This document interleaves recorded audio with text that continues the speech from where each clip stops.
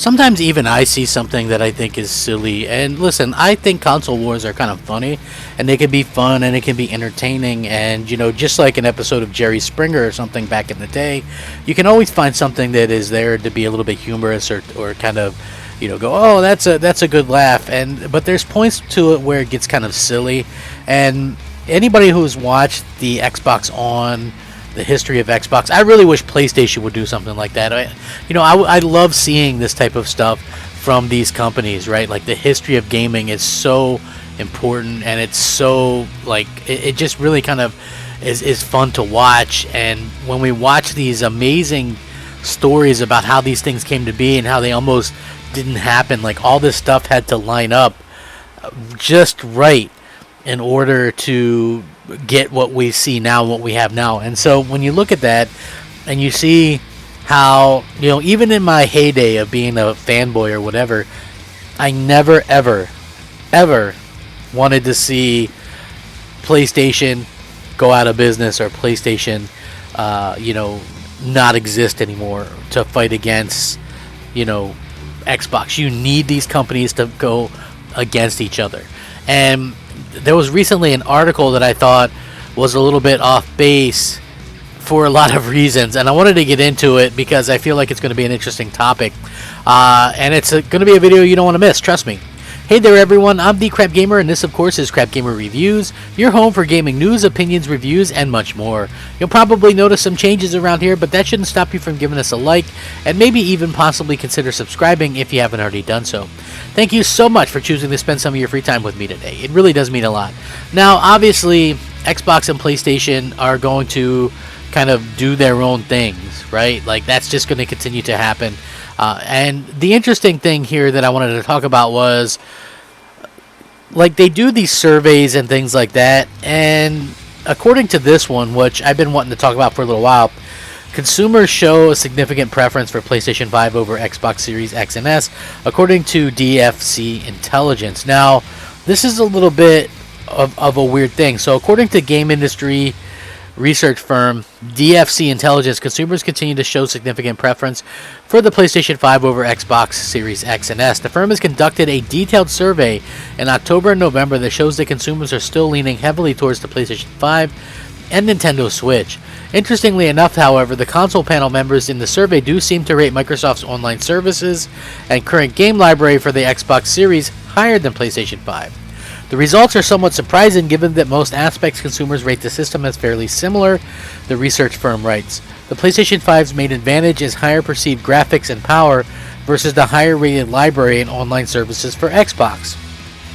Based on this new survey, 54% of consumers that do not yet own an Xbox Series X say they would probably or definitely not buy the console versus only 34% of consumers that would not buy Sony's next-gen console.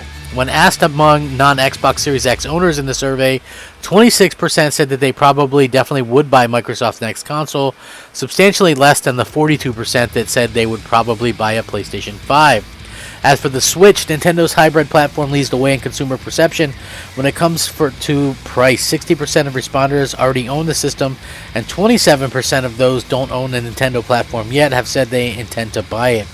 DFC continues, arguably the biggest issues Microsoft faces with the Xbox is the lukewarm desire for online services. Online services, VR, and a cool-looking system were the lowest rated feature among consumers. Price, power, and great games continue to be the main driving factor. Interestingly, when it comes to upcoming titles, consumers appear to be most interested in Sony's God of War sequel, which is God of War Ragnarok, and Nintendo's The Legend of Zelda Breath of the Wild sequel. Among interest in new games and upcoming games, Xbox exclusive game Forza Horizon 5 had a similar rating as Sony's exclusive Gran Turismo 7. PlayStation 5 exclusive Horizon Forbidden West had a similar interest as Halo Infinite. However, the biggest consumer interest was in God of War Ragnarok and Zelda Breath of the Wild. Quite an interesting survey from DFC, though we're not really sure if it's representative of the gaming industry as a whole, as these surveys tend to be small in scale.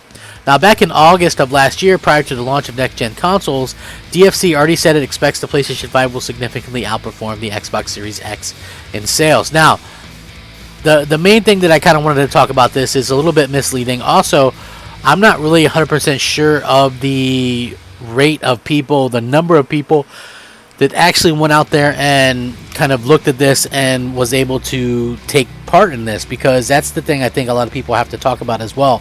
Now, when it comes to the games, I understand that it's one of those things where you kind of look at it and you go, okay, well, PlayStation is more known for the exclusives and stuff, but are people, it seems like these might not be the hardest of hardcore gamers if they think that the PlayStation 5 has the more powerful console, because PlayStation hasn't had the more powerful console since 2017, the end of 2017, when the Xbox One X came out.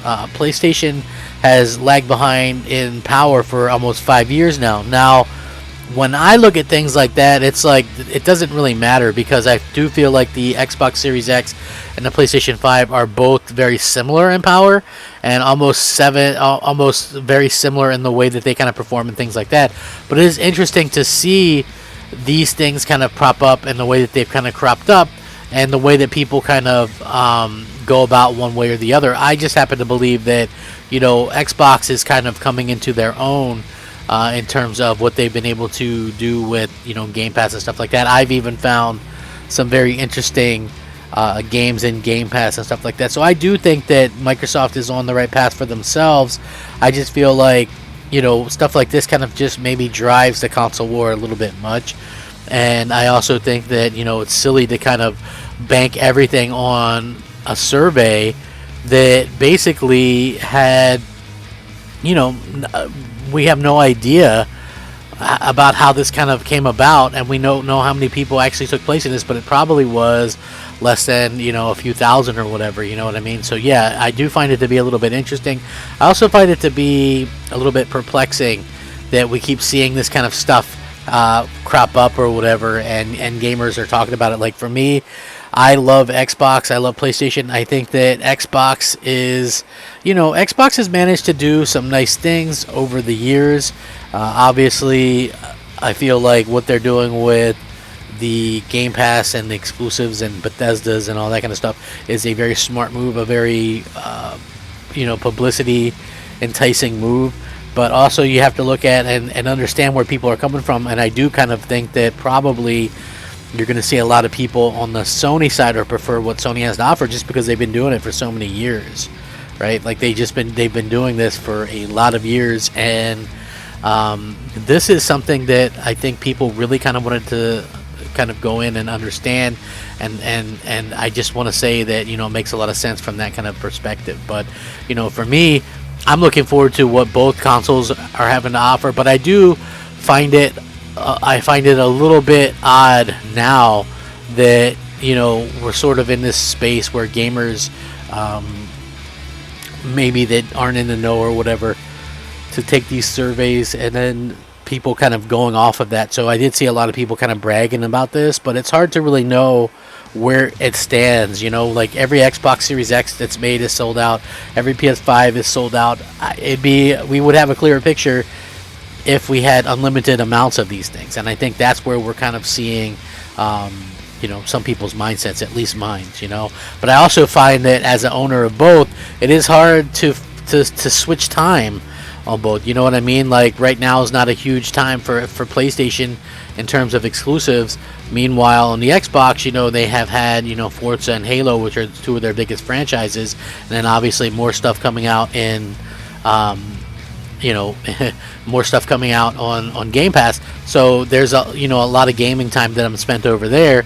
On the PlayStation, not so much. But then next year you have Horizon, Gran Turismo, God of War, Forspoken, Sifu, all these games. And on the Xbox side, it looks like Starfield is the main one, and it doesn't come out to the end of the year. So we'll see where everything kind of lines up. But for me personally, I do understand where some people are coming from when they say, hey, I'm looking more forward to what PlayStation has, basically for the simple fact that, hey, PlayStation is going to always deliver on that quality front, and Microsoft still has something to prove, I still think.